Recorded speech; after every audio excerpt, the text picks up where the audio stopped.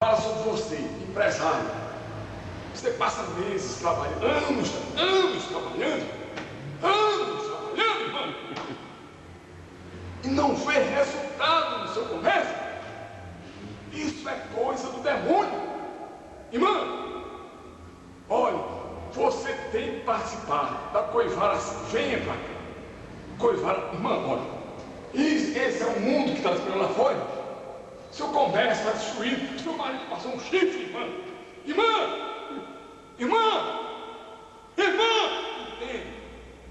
Acabou o seu mundo. Acabou. Irmã, acabou. Seu mundo acabou. Olha. Comércio. Vida amorosa.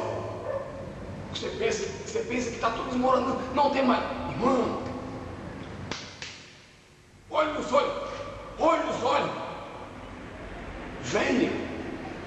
Coivara Santa é a sua salvação.